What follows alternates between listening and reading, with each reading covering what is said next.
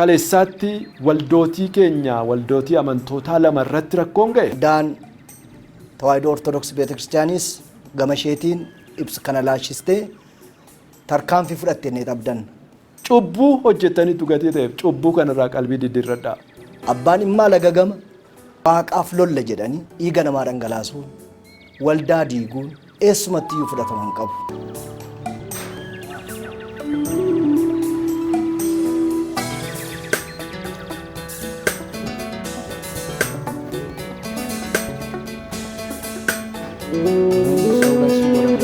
Waan nama gaddisiisu dubbachuu keenyatti baay'ee gaddinaa. Wanti kaleessa ta'e waldoota keenya lamarratti akkuma sila dhageessan iddoo dhimmi isaa ka'e gama Oromiyaa keessa Galaanan Doodee waldaa jedhamu irratti sababa amantaarraan kan ka'e walitti bu'insa lafa kan keenya jechuudhaan akkuma sila dubbatame waldaan Makaana Yesuusii tasa biyya kana keessatti hanga hojjetaa jirtutti humnaan lafa fudhattee mootummaa wajjiniin atakaaroo keessa bakkatti galteen qabdu. Seeraatiin gaafannaa, seeraan gaafatti, seeraatiin kennamaafi lafti. Akkuma kanaan inni Oromiyaa keessatti ta'e seeraan kan kennameefi irratti waaqeffannaa yeroo jalqaban yeroo akkasii kana keessa immoo yeroo soomaa biyyi laguurra jiru amantaa Ortodoksiidhaan gama amantaa Musliimaan illee yeroo uummanni soomarra jiru yeroo namni waaqa isaa wajjiniin walitti hariiroo gaarii qabaachuu fi dhama'u keessa waaqaaf lolla jedhanii dhiiga namaa dhangalaasuun waldaa diiguun eessumatti iyyuu fudhatama hin qabu. Kanaaf gama keenyaan akka waldaa Makaana Yesuusiitti hojjetame kana badii dalagame kana gadda nutti dhagahame ibsuu barbaanna. Gama biraan waldootiin keenya waldootiin miidhaman rakkoon isaan irra ga'ee warri Oromiyaa gama keessa jiran galaan keessa jiran akka isaan tasgabba'an akka isaan murtoo gara fuulduraatti kennamuudhaaf jiru abdiidhaan akka eeggatan isaaniif dhaamsa keenya dabarsaa. Waldaan gamana jiru Finfinnee keessa kan jiru tasa walii kan hin argan abbaan immaa lagagama Oromiyaa keessa inni gamana ammoo quba kan hin qabne waggaa 20 mana keessa taa'u waggaa 20 keessatti kan waaqeffataa ture dhaqanii irratti diiguun si'a takkaatti badii lama dalaguun bakka kamittii fudhatama hin qabu. Kanaaf baay'isneen balaaleffannaa warra kana godhan lubbuu badeef immoo gaddina. Kanaaf mootummaan gama isaatiin haala kana qulqulleessee badiin kun gara kamiin akka inni dalagame adda baasee uummataaf akka inni ibsu barbaanna.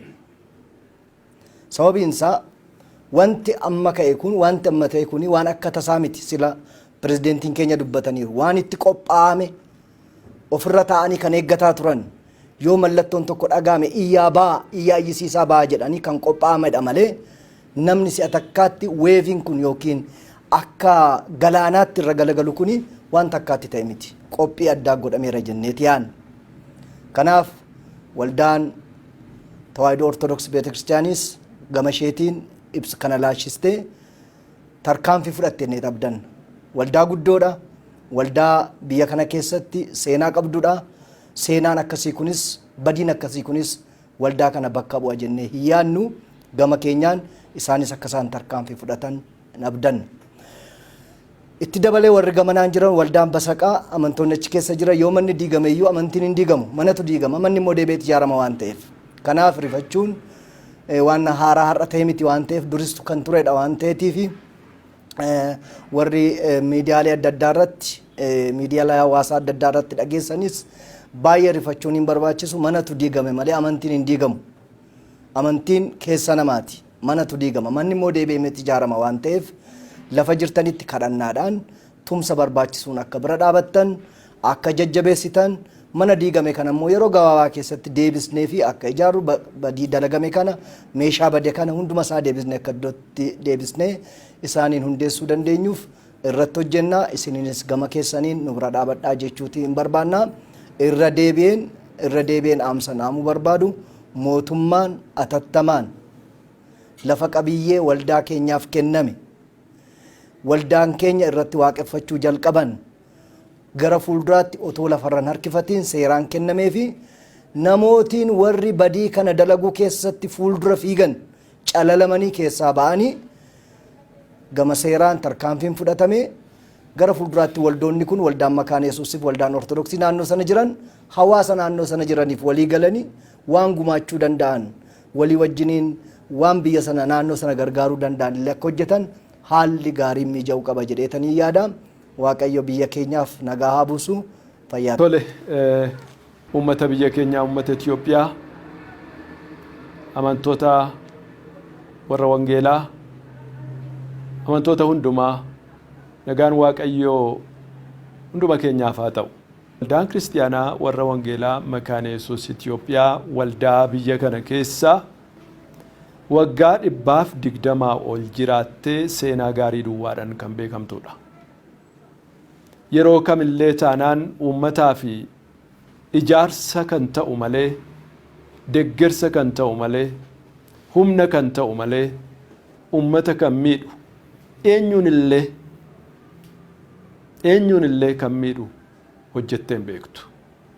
Waldaan kun waldaa barsiisa macaafa qulqulluutiin jiraattudha. Waldaan kun diinan qaba jettee hin yaaddu. Yoo jirayyuu ta'e macaafni qulqulluun waan jedhu gooti. Diina kee jaalladhuudha macaafni qulqulluun malee diina kee ajjeesii jibbii miidhii dhiiga isaa dhangalaasii hin jedhu. Namni hamaa irratti hojjete gaariidhaan deebisii jedha. Kanaaf waldaan kiristiyaanaa kun bara jiraatte hundumaa keessa hammeenya ishee irratti raawwatamu gaariidhaan deebisaa turte. Galanni Waaqayyoof haa ta'u hammeenyi ishee irratti hojjetu immoo ishee dhaabee hin beeku. Yeroo isheen guddachuu dadhabdee qancarteef guddina dhaabde hin jiru. Amantoonni warra wangeelaa hundumtuu kana. Warri dhaga'uun isaanii maluu haa dhaga'an. Amantoota warra wangeelaa biyya kana keessatti hundi akka isaan hin godhanne barbaaduun of dadhabsiisuudha. Qaamni kana yaaduu jiraate of dadhabsiisuudha. Humna Waaqayyootiin jiraatti waldaan kiristiyaanaa humna namaatiin miti. Namni Waaqayyoon amana jedhu Waaqayyoon amana. Duraan akka jedhamee ture yeroon amma nuyi keessa jirru kun waldaa kiristiyaanaatii fi yeroo soomaaf kadhataati. Afaan Amaariffaatiin yeximmonaa gisee isa jedhamu. Namni tasgabbaa'ee Waaqayyoof isa gidduu hariiroo gaariin akka jiruuf jedhu kadhatu. Ollaa isaatii fi hiriyaa isaatii wajjin immoo rakkina yoo qabaate illee yeroo inni itti araara barbaaduudha. Yeroo araara barbaadan yeroo araaraati. Yeroo dhiigi dhangala'u miti. Guyyaa kaleessaatti waldootii keenya waldootii amantootaa lama irratti rakkoon ga'eera. Rakkinni waldaa makaana yesuus Basaqaa irratti ga'e. Akkasumas immoo rakkinni waldaa keenya Oromiyaa keessa jirtu bulchiisa magaalaa Galaan keessa jirtu Aqaaqii Andoodee irra ga'e. Kun lachuu hammeenya keessaa kan burqeedha jennee yaadna. Warri Aqaaqii Andoodee illee tarii dhimma lafaa irratti walitti walqeequun walkomachuun jira jennee yoo yaadne inni iyyuu fudhataman qabullee.